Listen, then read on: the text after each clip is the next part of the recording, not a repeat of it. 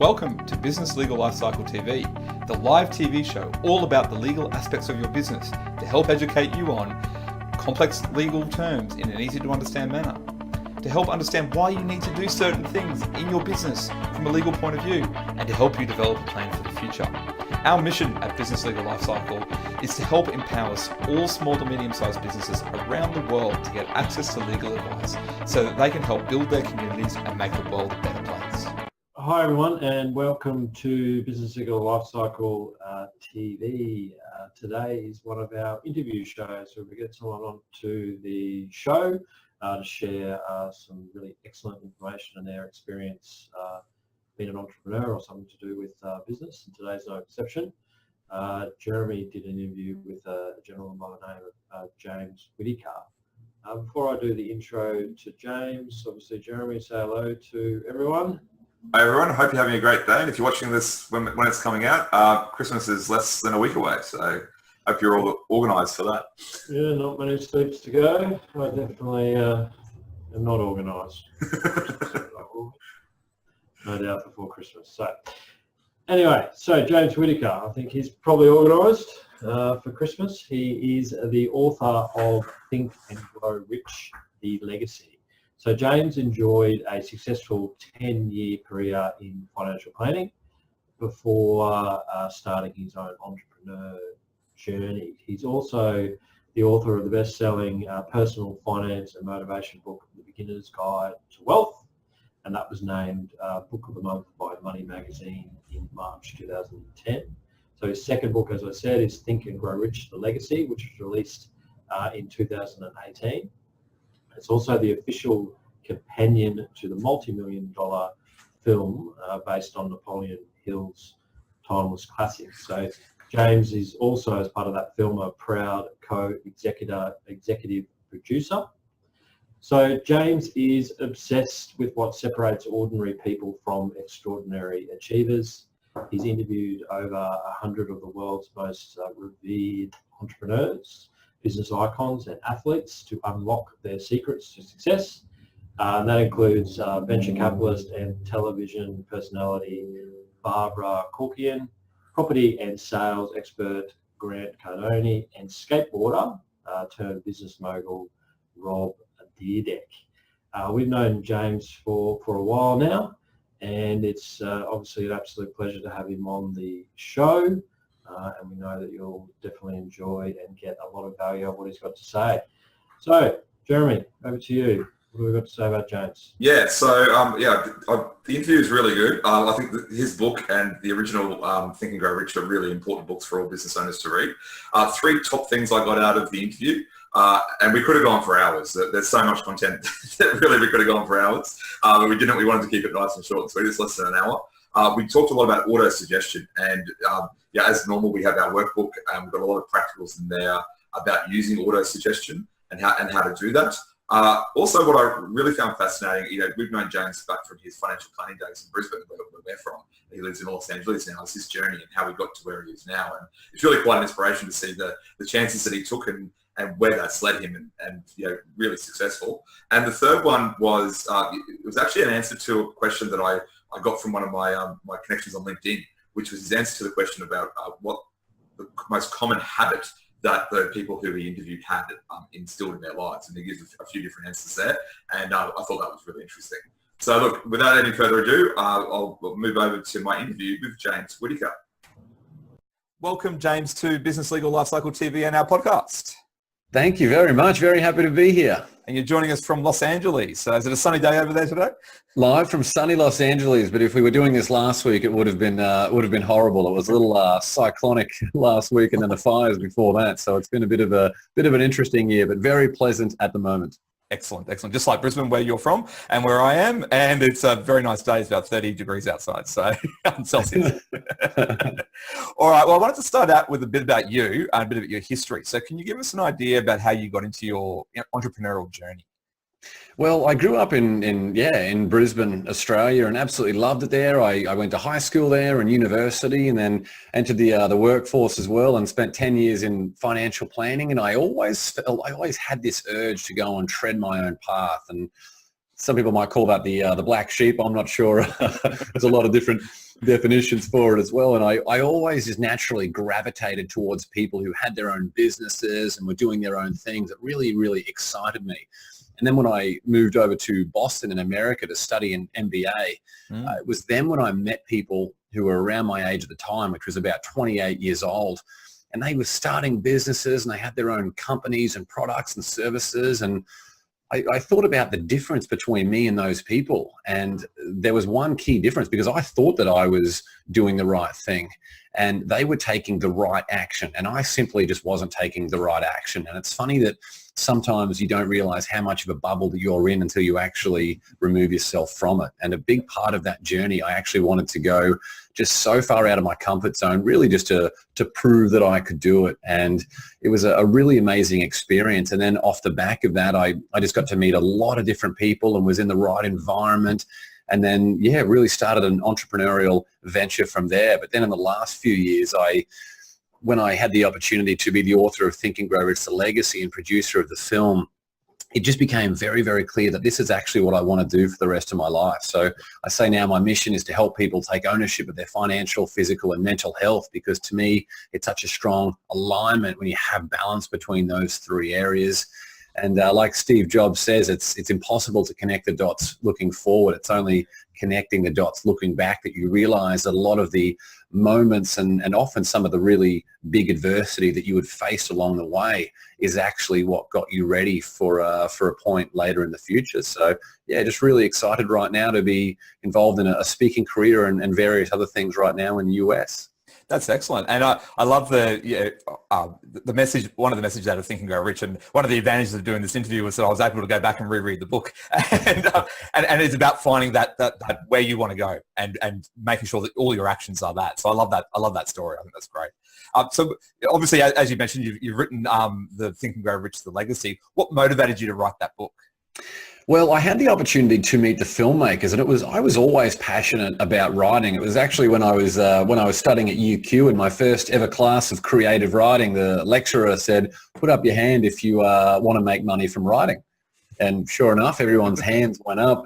And then he said, "Let me be very clear: you won't make any money from writing. And if you think you're going to make any money, you're in the wrong class." And that got me a little bit dejected, because I didn't want to be homeless. I knew I needed some money, so I ended up enrolling in a business degree as well. But that really dulled my spirit on writing. But it was something that I continued to do, but I never considered myself a writer from that point. And it's an interesting limiting belief that sometimes the opinion of someone else who you mightn't even know very well, but you hold up as a position of authority, and then you take their opinion as gospel. Yep. And I now know that as you know as well, that the most important opinion that matters is how you feel about yourself. And when I had the opportunity then, and I'd written another book co-authored with my father called The Beginner's Guide to Wealth, but I still never considered myself a writer. And then when I had the opportunity to be involved in this project, I basically just pitched them a concept and said, you should find a writer who will do this for you. And that was taking the 13 principles from Think and Grow Rich and getting 2 or 3 modern day people who have best personified those principles, and you tell their stories, because people, they naturally learn and they're more engaged hearing people's stories, and you can leave a lot of clues along the way. And by letting them know that they should do that, I wasn't even really trying to put myself in that situation. I was really just offering that value unconditionally. And they said, "We love it. Can you do it?" And I said, "Yes, I'll do it."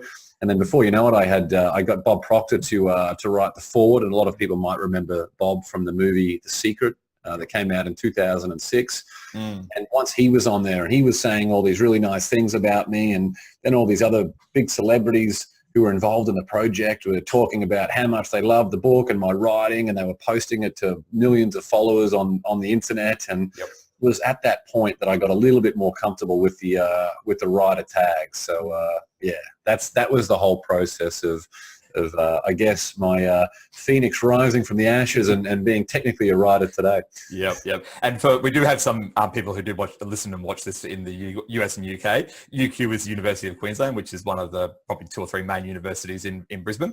Don't do the writing program. No, I'm kidding. I'm sure the writing program is probably very good now. Well, I'm sure it's very good. And I think that's a really important point that people need to realise, is the opinions of others, don't really matter. It is your own opinion that and what you want to do. And that's one of the great lessons out of the book. And in reading your book, it's one of the messages that you get out quite a bit in your book as well. So, you've obviously got a lot of experience in a lot of different industries.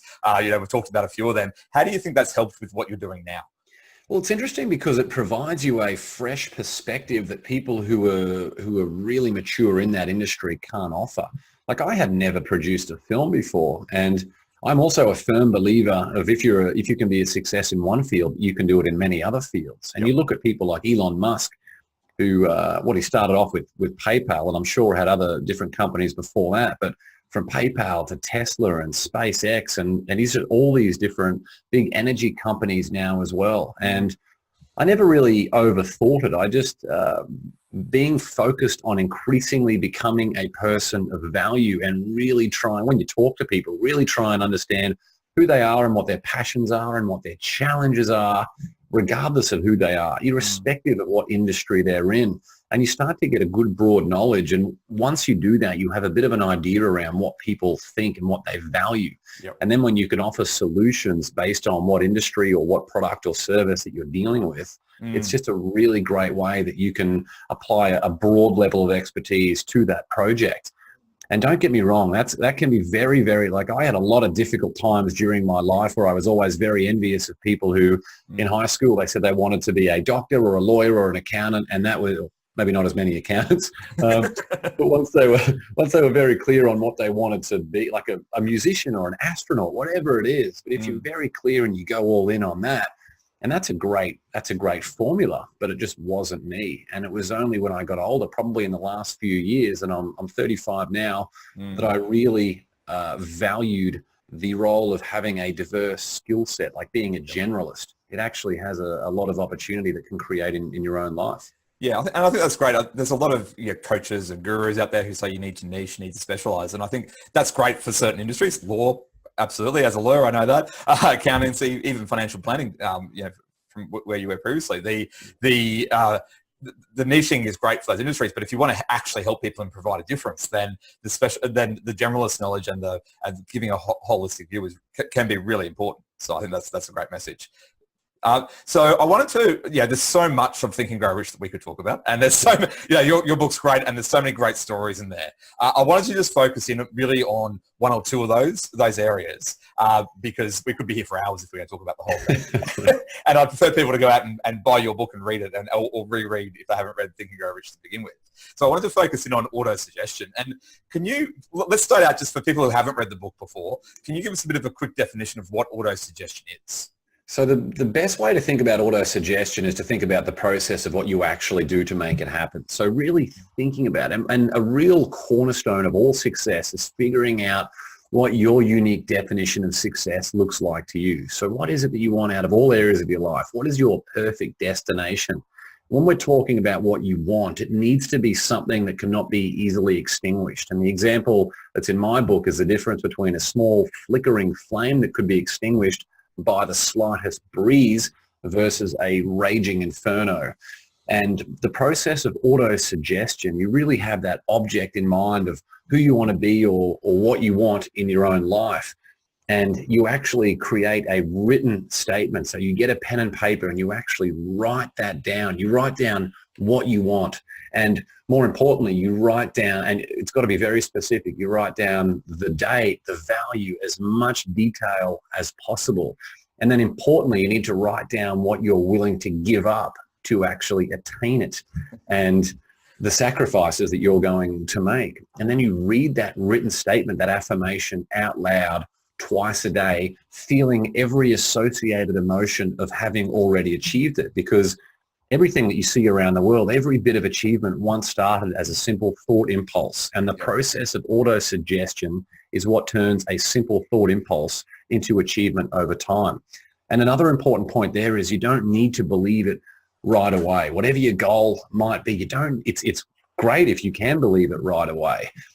But through the process of auto-suggestion, you'll start to believe it. And over time, when you really turn that into a belief, you then start to have those corresponding actions that are going to help make that a reality. You're more likely to do the work, less likely to be distracted. You're going to start putting yourself in an opportunity to meet people who can help you achieve it. And it's also going to make you more resilient when adversity inevitably strikes. And most people think that the hardest thing is actually starting something. When starting something really isn't that hard. If your goal is to get fit or lose weight, how hard is it to go and get a 1-year gym membership? The easiest thing in the world. But the hardest thing is what you can do when adversity inevitably strikes. It's figuring out the way to get through it. And so just trusting the process of auto-suggestion and just doing the work. And over time, you'll start to believe it. And once you start to believe it, that is the key step to making it a reality. But the people who aren't even willing to think about what they want in life, and they're not willing to take these proven steps that have worked for millions of people around the world, like literally world leaders and titans of industry for the last century have done this process. If you're not willing to do that, then you need to lower your expectations around what you're willing to accept in your life. Yep. And I think that's great. And I think one of the aha moments for me in just rereading the book and then rereading and reading your book is the fact this is from 1937, I think you wrote it in, 80 years ago, and the same stuff still applies. For sure. And there's so many people who have taken these lessons and actually gone forward with them, and I think that's really good. So that's a really good definition, and you've given me some already. As we've talked about before, we like to do workbooks out of our shows. So, is there anything else that people can do to start implementing auto-suggestion today? Like, how do they go about reaching that goal? Or not reaching the goal, defining that goal. Let's look. Well, I think a really important, I've actually got a success plan template that I make available to everyone where you write down your perfect destination in all areas of your life. And once you start with your perfect destination, you can backtrack to 5 years, 3 years, 1 year, and 90 day to figure out exactly what success looks like for you. You backtrack from your perfect destination, and then you focus on a simple goal, and that's winning the day. And most people get excited about massive action, but you need to get excited about taking simple and consistent action. And once you have that success plan complete and that map in your own mind, there's something that I use called the 5-minute journal. And we've heard from a lot of CEOs about the importance and the value of journaling, but it can be quite daunting to look at a blank page. So the 5-minute journal basically enables you wake up and then you write down 3 things that you're grateful for and 3 things that would make today a win. And then you write down a positive affirmation. And then at the end of each day, you write down 3 amazing things that happened that day and what you could have done to improve the day. And I think if you're doing those things, you wake up and you wake up with purpose and you wake up with passion. You know what you need to do. You're less likely to get distracted and you just feel better about yourself. And if you can then combine that with the process of auto-suggestion, that written statement, which you can then, once you have written it down, you can actually, I like to put it everywhere you can. So even make it the wallpaper on your phone. You can type it out and do that. Yep. You can even get a graphic designer. I know many people who actually get a graphic designer to write out a whole world plan of what success looks like to them and what they're going to give up to get it. And once you make it as vivid and as real as possible, that's what you need to do to make it happen. Yeah, I think that's excellent. And yeah, that positive reinforcement, that's something that you're seeing every day, is so important, isn't it? And as you said earlier, and as Napoleon Hill talks about in the book, is remind yourself of it twice a day. Get it through, and that's how it will become front and center in your mind. That's right. And when you think about the way that most people spend their day, they wake up, the alarm goes off, and they get pissed off because their alarm's gone off and they have to get out of bed, and they grab their phone and they start flicking through emails and go, oh my God, I've looked at all this crap that I've got to do today. Yep. And then they log on to Facebook or read the news, and of course there are world disasters and sensationalist clickbait articles that put you in an even worse frame of mind. And you sit in traffic the whole day and you complain about that, and then you get to work and you complain about your boss, and then you sit in traffic on the way home, and then you come home and you complain to your partner about your day. It's just a horrible, and that's what so many people do. But really being able to reframe the situation and getting clear on your values and who you are and what you want out of life, and doing your life's work first. There's so much to this. And yeah, as you said, we could talk on this for hours, but really being able to engage with life and living with purpose is such an important thing to do. And what's your message to those people? So I'm not sure, you never know the demographics of everyone who listens to your podcast or watches your YouTube channel, but if there are people who do have that complaint mindset, who do have that negative mindset, what are some practical things that they can do today to try and change that? Is it implement what we're talking here? Is there something else that they can do for themselves? Definitely. So thinking about the things that we've just spoken about with auto-suggestion and the 5-minute journal and the success plan, those 3 things are huge. I would also take it right back and think about your living and your working environment. So look at the places where you spend the most time and just looking around them. Do they inspire you? Do they motivate you? Or do they bring you down and make you feel bad? Yep. And make some changes. If you want to be a productive person, there's no point waking up and staring at a messy bed and having pots and pans that are sitting in the sink. Yep. And spending all your time on time-wasting apps when you can easily delete those for 2 or 3 days a week. You can even take the batteries out of the remote control if the TV distracts you. If you're hanging around people who bring you down, Yep. you can greatly reduce or eliminate their influence in your life.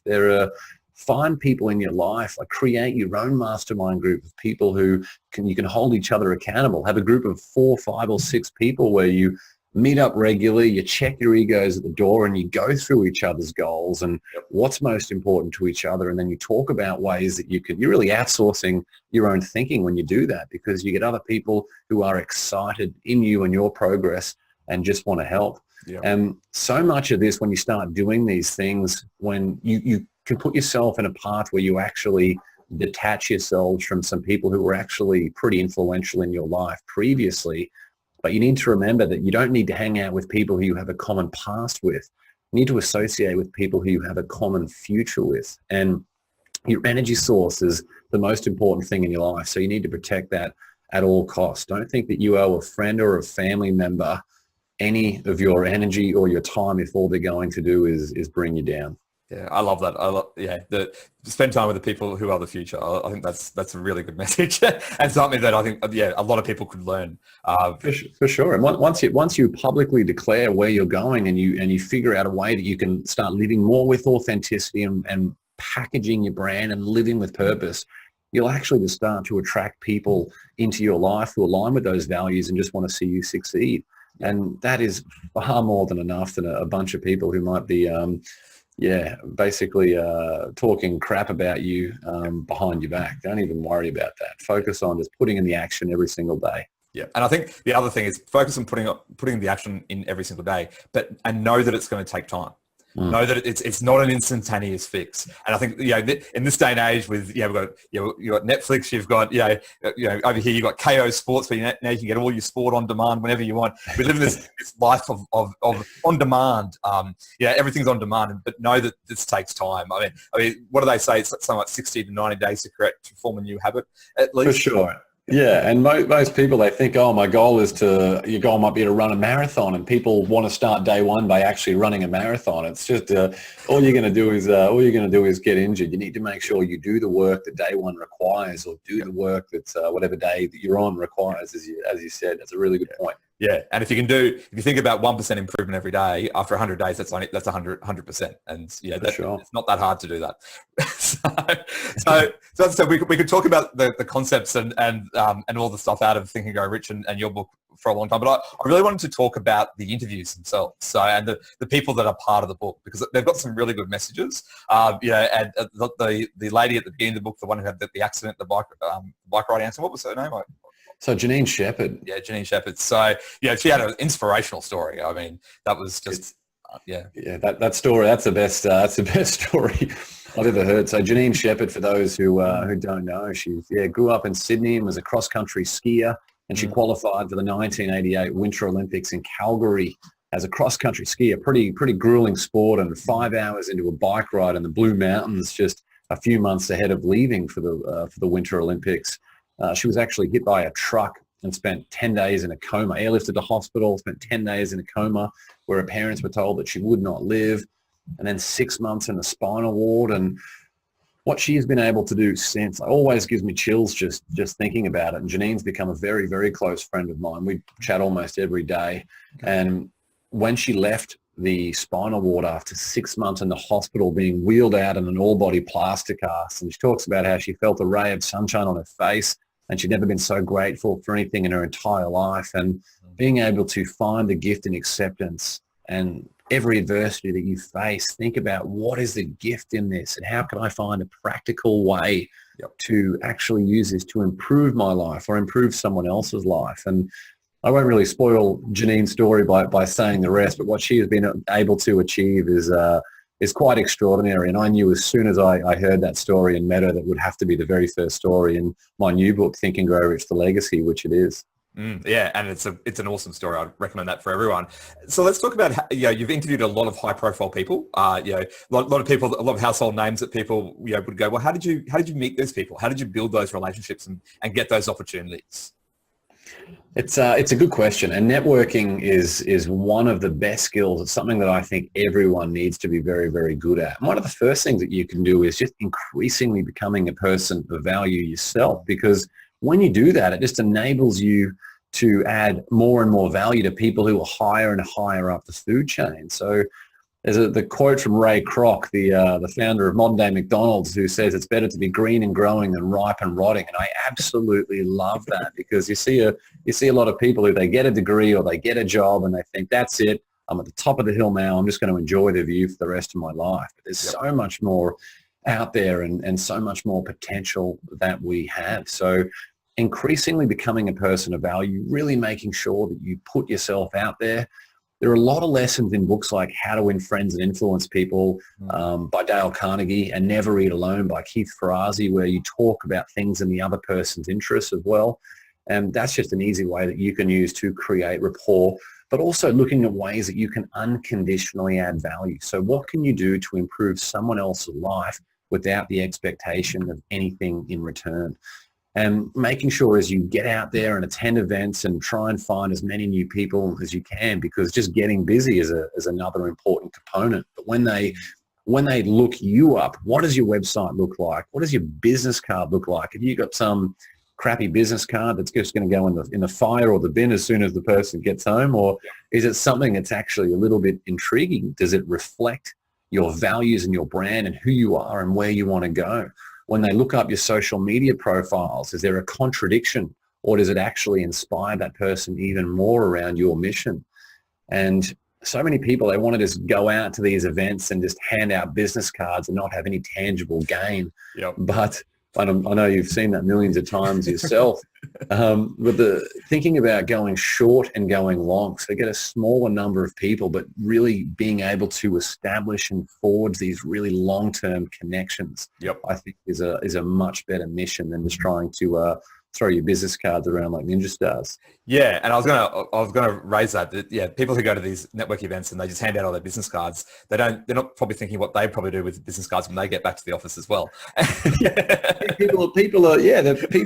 They're more focused on handing a business card out. They're thinking about, what am I going to get from this, rather than what value can I give in this conversation? And it's like, I've got this whole pile here of business cards, and I might look at them at some stage. You've got the exact same stack. But the people who are really important in my life, you connect with regularly, and you have these real meaningful relationships. And when you do that, it opens it up to a completely new Rolodex of people who can help you along the way. Yeah, I think that's a great message, and that doesn't mean you don't hand out business cards, but you're not handing it out to get something back from them. You're handing it out to see how you can assist them.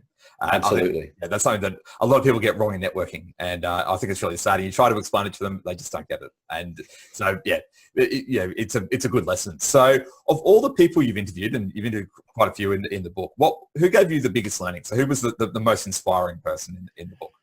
Oh, there are so many, and a really important component of all this is that it doesn't matter how many followers you've got on Instagram or Facebook, or how many billboards you're on. Like that's not really a definition of success. And there are people in here who aren't necessarily, some people in here who, there certainly are some very big household names, people like Barbara Corcoran and Bob Proctor and Rob Dyrdek, who's got like 9 television shows. But people like Janine Shepherd, her story, that is what I don't know, that really changed my life when I heard that. It just gave me a lot more empathy for the struggles that people go through, because oftentimes in life we feel like we've hit rock bottom, but rarely is it the immense physical trauma that Janine went through or a terminal medical diagnosis. So making sure that you never accept temporary failure as permanent defeat. And that is a common thread for all of these people. You get people who might have gone through a divorce or a relationship breakdown or some type of financial hardship, and they go through the rest of their life without any accountability, blaming other people for their circumstances. But when you are actually 100% accountable for where you are in life, I love accountability. It's my favorite thing, because the more accountable you are, the more it empowers you to actually make those changes. I just, everything that happens in my life, it's my fault, because I know that I can then actually sit there and figure out ways that I can go after what I want and make changes and learn from each experience. But other people like Jim Stovall, who was diagnosed with blindness at the age of 17, his story, where a great lesson from his is that we all have the ability deep inside us. Jim, as a blind person, went on and wrote 30 best-selling books. So if anyone can tell us about, how much of our abilities we have within, it's Jim Stovall. And so the question then is not can we? The question is will we? We all have that abilities, but are we going to do it? Are we going to put our hand up and say, here I am, I'm going to engage with life. This is what I want to do. Are we actually going to do that? Or are we going to pick up our phones and watch the show roll on in front of us by liking and commenting and just talking crap about people as well? But I learned so much from every one of these people, all amazing people. And I'm sure that anyone who reads these stories will get a lot out of them too. I wasn't asking you to pay favourites. I was just curious as to who gave you the most amount of learnings. So I mentioned in that when we were chatting before we started recording that I threw out some questions on LinkedIn to a bunch of people that I know about what kind of questions would they have for you, and there were a couple that really resonated with me that I wanted to ask you. So the first one is, I'd really like to know what's the single biggest observable behaviour that people have made since reading the book. So, what have they changed in their lives since reading the book that's made the most difference? For sure. You're talking about my book? Yeah, your book or Think and Grow Rich, either or. Yeah. Yeah, so one of the biggest ones from my one is people who have actually decided to restructure their day. So they realize that we have the exact same amount of hours each day. It's how, as Elon Musk does, and how everyone in the world has exactly the same amount of hours, and the actions that you take or do not take, the books that you read or do not read, the people you meet or do not meet, extrapolated over time. Each day we're presented with these decisions. And by reacting to the day, we're living someone else's agenda for our day, and it's a terrible formula for long-term success. So I've actually had a lot of people who have emailed in and say that doing their life's work first rather than someone else's agenda for their day, because we only really have about 2, maybe 3 hours of really super creative energy focus each and every single day. And most people wake up and they want that feeling of achievement, so they go straight to their inbox, and with each email that they respond to, they feel a little bit better. But then they're burnt out at 6 p.m. or whenever they want to, whenever that's done. And the problem with emails is they're like bloody boomerangs. You send one and they keep coming back. But if you can actually do your life's work first before doing someone else's agenda for your day, and you realize that you can actually do so much of that on autopilot as well. So simple little productivity hacks like that. And I think also coming from a foundation of gratitude. It's such a simple thing, but it is really, really important to be able to have a mental reset to then allocate the right energy to going after all these different things. And apart from that, there are so many things. Like I've even had people who are very successful professionals who on paper are a success and make a lot of money, but they don't feel like they're living with purpose or with passion. And so much of that comes with a recalibration of thinking about where they want to go and who they are. And once you've got those two things ticked off, it's so much easier to evaluate yourself and think about the actions that you're taking or not taking that they're either going to get you closer to it or they're going to push you further away. Yeah, I love it. And I love the not letting other people set the agenda of your day. That's, for me, that's something that it took me a while to realize that. And it's something that you set your own agenda. You work out what you need to do, and everything else will flow from that. I think that's a really good message. Definitely. So the other question that I wanted to ask you would love to know, what is the one habit most recognizable in all those who've achieved greatness? I think probably there are habits. So a lot of the habits come out in the things that I had spoken about before as well. But I think having that continual pursuit of knowledge, so really wanting to actually improve your mind, your own expertise, and knowing that if it's something that you're just naturally horrible at and don't want to take the time to invest in it, you can actually go and hire someone else to do that. So Barbara Corcoran, she's great at property, but she sucked at operations and everything else. So she hired her counterpart to do all that stuff. And a few other really important points, things like never accepting temporary failure as permanent defeat. Like that's easy to say, but when you're actually in some type of very big adversity or hardship, actually being able to find the gift and the acceptance, all of these people are very good at that. The only opinion that matters is how you feel about yourself. Another one is so many of these people in the book, they're the first to tell you that they didn't start out extraordinary, and they're just ordinary people who, through the consistent application of a proven set of success principles, that is what elevated them to extraordinary achievement. In a world where so many people will sit there and give you 100 reasons as to why you shouldn't act, they're the ones who think of one reason why they should act, and they go all in. So sometimes having a very, very big IQ and evaluating risk far too stringently can actually be a bad thing, because it leads to inaction. You think you can come up with a reason as to why you shouldn't do anything. And some other big habits, there's a few characteristics that everyone needs to be good at if you want to succeed in business. And that's public speaking. That's an easy one. You can go and that's a skill that people think they're. I actually had a conversation with a friend on the weekend who said he just could never be good at public speaking, and he gets very envious of public speakers, but it's such an easily learnable skill on the condition that you're willing to put in the time. Lewis Howes went to Toastmasters every single week for a year, and after 1 year had turned his biggest weakness into his biggest strength and a source of income. And learning how to sell and how to get good at relationships and marketing and branding, these are things that everyone should at least have an entry-level idea of, and along with things like personal finance too. But aside from that, you don't need to be an expert graphic designer or video editor or all these other things that take years and years to get good at, and they're in industries that change so quickly as well, when you can actually outsource and hire people to do a lot of that stuff for you. Yep. I think that's a really great message. So, look, as I said, there's lots that we could go into. However, I don't want to, I know you're busy and so am I, so we've only got limited time. I wanted to just move into a topic of the future. I always like to talk to my guests about, what they see as disruption. That's it's the buzzword of the moment, isn't it? In 2018, everything's been disrupted. But what do you see as some of the biggest challenges in business in, say, the next 5 years? Oh, there's so much going on. I think ways that companies can establish or continue to demonstrate value and trust with existing and prospective clients is a huge one. So there's new technologies that are going to come out that are going to wipe people away and drastically reduce costs.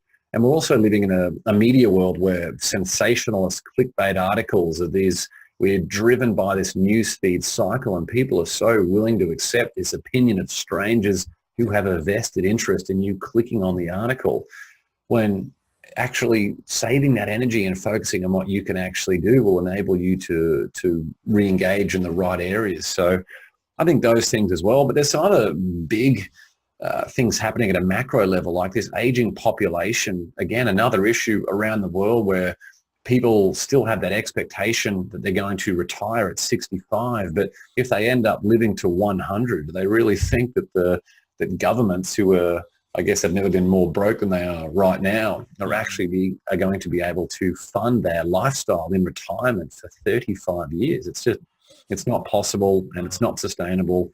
And something's got to give. So there's a lot happening right now, but the fundamentals remain exactly the same.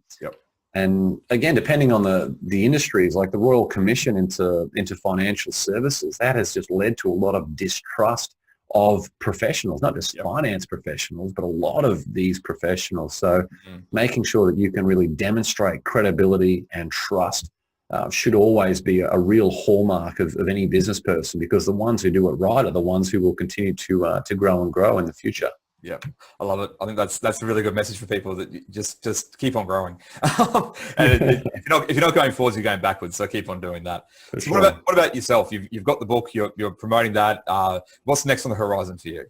A whole heap. I'm about to put pen to paper to a different contract as well for another book project this week. So that'll be pretty exciting. I'm not able to say much about that yet, but I'm going to have like a mastermind program that I'll be releasing in the next few months as well, just to give people an opportunity where for 12 weeks we can really get into the nitty gritty on what success looks like and how to take personal and professional results to the next level. And yeah, there's a lot of things coming out soon, with Success Magazine and a whole heap of other things. But apart from that, I've got a big speaking career and a lot of events planned for 2019. And my wife and I are expecting our very first child in April as well. So I'll be calling on you for advice, and it'll be a bit of a nerve-wracking time, but we're very excited as well.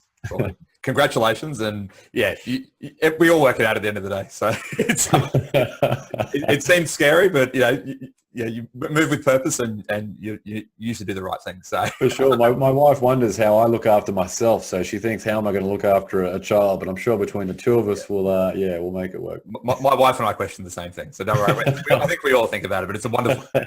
And as you know, I have two children, and they're wonderful, and they're just there. What I do for them. It's another inspiration in your life, and you're going to find that it changes your life, but in only good ways. So I think that's awesome. So look, I can't let you go without going through our quick fire lightning round. So I've got 3 just quick questions to ask you. Just give me the first thought that comes to mind. So the first one is, how did you make your first dollar? Oh, how did I make my first dollar? That would have been packaging cassettes and CD-ROMs for my father. He had this Wealth Creator CD-ROM back in the day and had cheap child slave labor at home. But apart from that, 10 cents an hour or whatever it was, I actually got a job when I was, I think, 13 or 14 years old at Brumby's Bakery, which was my first official dollar earned, according to the tax man. Excellent. Well, there's some new modern slavery laws passed in Australia recently. So, any parents that are looking to do that, just be careful, Well, maybe it's good timing with me having the first child as well. I'll have to put it at work before the rules come in. That's right. Anyway, so second book is, what book do you think every business owner should read? Oh, there are so many good ones. I think if you don't mind me giving you 3, I would probably say Think and Grow Rich by Napoleon Hill. That's my number 1 because it's just a true timeless classic. And How to Win Friends and Influence People by Dale Carnegie. You'll find a lot of overlap on themes, but they are so practical. How to Win Friends and Influence People and Think and Grow Rich. And they both came out within 1 year of each other, which is extraordinary. I don't know what was in the water back then. And the other one is Influence, The Psychology of Persuasion by Dr. Robert Cialdini. That is a brilliant book that really gets into the nitty-gritty of marketing and understanding human psychology and behavior. And if you're in business and want to learn how to create and demonstrate value and demand, it is a real timeless classic. And those 3 books are on my shelf behind me and will be forever. Yep, excellent. Great answer. And we'll link up links to those in the show notes as well. Final question. If you could give advice to your younger self, what would that be? Oh, I would say you are much stronger than you ever know. Make the decision to engage with life as soon as possible. Yep. I feel like when I was a teenager, we just naturally fall into the flow of other people's and society's expectations of who we are and where we are, especially when you're determining your value on the results of a standardized test, when we actually have so many other benchmarks for our self-worth. So it took me probably until my mid-20s or till I was 23, 24 years old before I really figured out that I had so much more power than I ever knew. So I would love to, I don't have any regrets, but that would be one for sure. I love that message about schooling. I started listening recently to Akimbo, which is Seth Godin's new podcast, and that's a lot of his message as well around teaching. And I think standardized tests, they have a place, I suppose, but at the end of the day, we put so much stress into those tests. I think it would have been the QCS test for you as well, and the Queensland Core Skills, and there was so much stress around that. And at the end of the day, it doesn't mean much. I'm 39, you're 35. What does it mean for us now? It doesn't. For sure, nothing. Oh, exactly. Not that we're not saying don't study in school. You've got to study in school. I know. It's For sure. I do actually, when I was younger, I didn't apply myself. I couldn't figure out the best ways for me to get really excited about the subject matter. So I do feel that performing very, very well academically can massively accelerate your trajectory, especially in a quick way as well. But if you think that your OP1, talking to school students right now, is actually what matters, it doesn't really mean a thing until you can figure out a practical way to add value in the market. So looking at ways that you can leverage that to make more and more value and meet more and more people, that is how an OP1 is beneficial, rather than putting it in a drawer and going through life thinking that the world owes you a pat on the back. Yep. And I think that's a great message. So definitely not rubbishing school, just just the stress that comes with it, which I saw time and time again. So look, James, thank you so much for your time today. I really appreciate it. But before we finish, is there anything that we've missed that's important that you want to get across to the viewers and listeners today?